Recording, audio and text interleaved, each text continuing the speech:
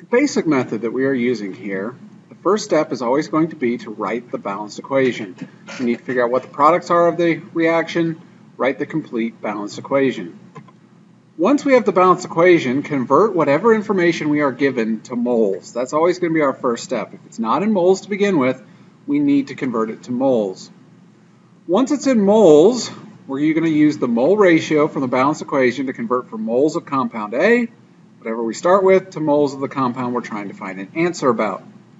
And then finally, whatever units you're asked for in the problem, you can convert from moles to the units of that compound. So we're going to look now at some mass to mole to mole to mass conversions, or just mass to mole, some stoichiometry that goes a little bit further than yesterday's. If you think about H2O, the same reaction we looked at in yesterday's video, 2H2O forms 2H2 plus O2. The ratio, 2 moles of H2O, 2 moles of H2, forms 1 mole of H2O. If you take that mass, 2 times 18.02, the molar mass of water, is 36.04 grams. 2 times 2.02, the molar mass of hydrogen, is 4.04 grams. 2 times 32 is the molar mass, or 1 times 32 is the molar mass of oxygen. They both add up to 36 grams. The law of conservation of mass is being followed.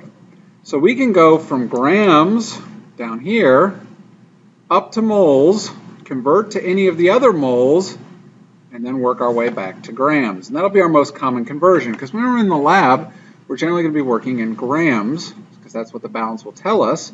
And then from grams, we can convert to moles, change to one of the products or other reactants, and then convert back to grams. So let's suppose we're working in the laboratory and we want to produce 50 grams of oxygen from the decomposition of water. How much water will we need? We're going to use 3 conversion factors. Mass of O2 to moles of O2, using the conversion factor 1 mole is equal to 32 grams. Moles of O2 to moles of water from the balanced equation, 2 moles of O2 for every 1 mole of H2O.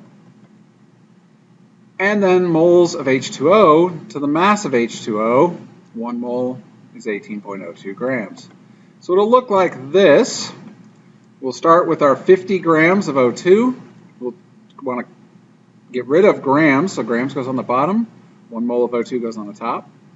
And we do 2 moles of H2O over 1 mole of O2, and then 18.02 grams of H2O over 1 mole H2O. We get 56.6 grams of water. So now let's try some example problems. How many moles of hydrogen gas are needed to react completely 15.1 grams of chlorine gas to produce hydrogen chloride? So our first step, write the balanced equation. H2 plus Cl2 forms HCl. And it's a 1 to 1 to 2 ratio, so the balanced equation comes first. We're starting with 15.1 grams chlorine. First thing we want to do is convert to moles of chlorine. So we want to cancel grams of chlorine and go to moles of chlorine. For every 1 mole of chlorine, there are 70.90 grams. 35.45, the molar mass of chlorine, times 2. Once we have moles of chlorine, we can convert to moles of hydrogen. In this case, from the balanced equation, 1 mole and 1 mole. The only time we use the balanced equation is in this step here, the mole to moles conversion. We still do gram to mole conversions just like we did in chapter 6, 1 mole per the number of grams. So we're going to take 15.1, divide by 70.9, multiply 1 to 1, and we get 0.213 moles hydrogen. If the question had asked for grams, we could have easily then converted that moles into grams. Okay, here's some more example problems. We're going to go through a number of these. I would recommend that you should try these first before watching my answer.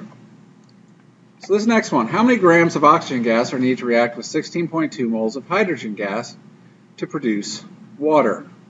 So we have hydrogen gas plus oxygen gas, forming water. Balanced equation, 2H2 plus O2 forms 2H2O.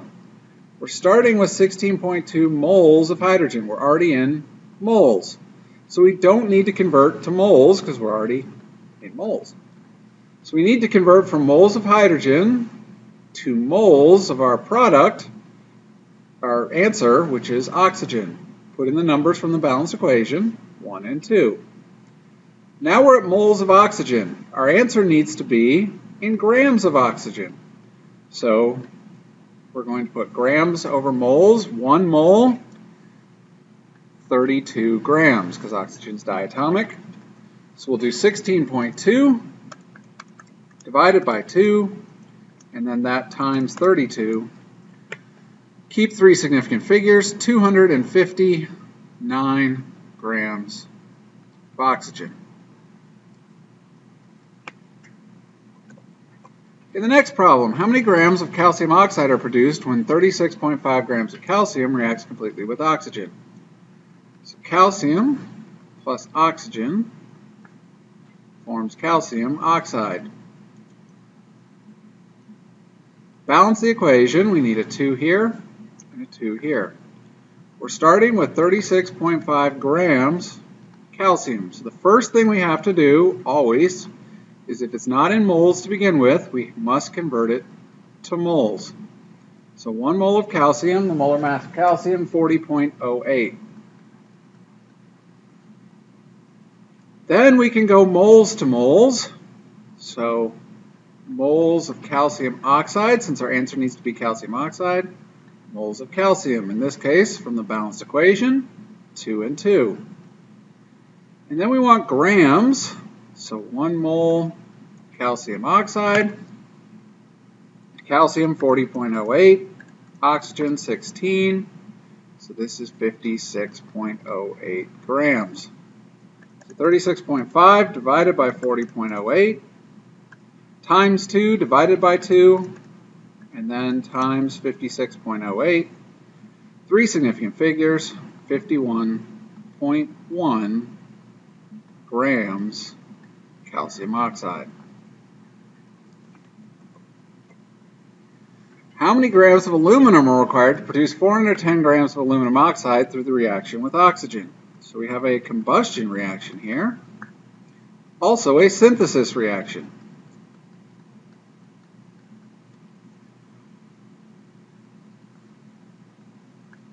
So we need to balance it. Balance is 4, 3, and 2.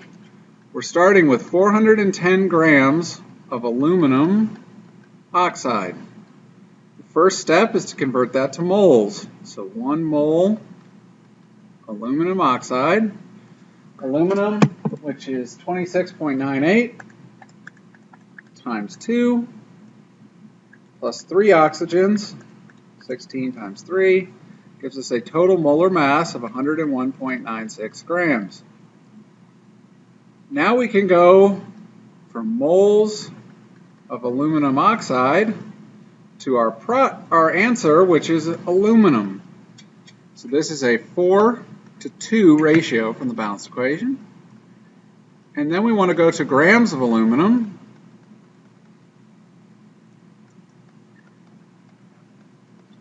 So there's 26.98 grams per mole. So 410 divided by 101.96 times 4 divided by 2 times 26.98.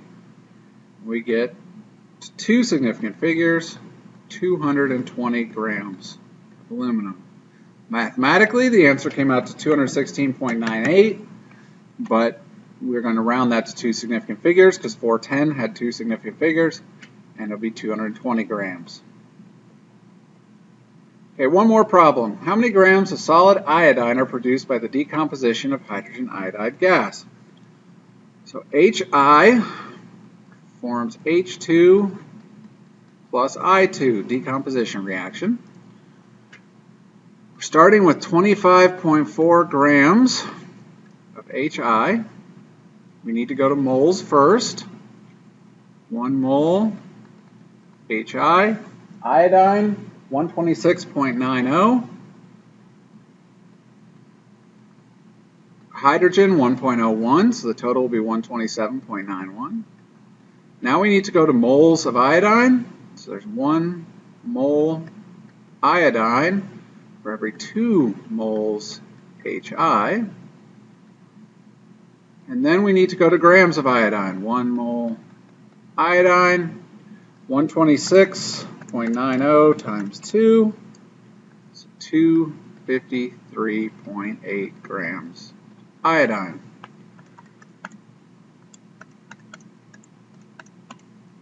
So do the multiplication and division here, and I get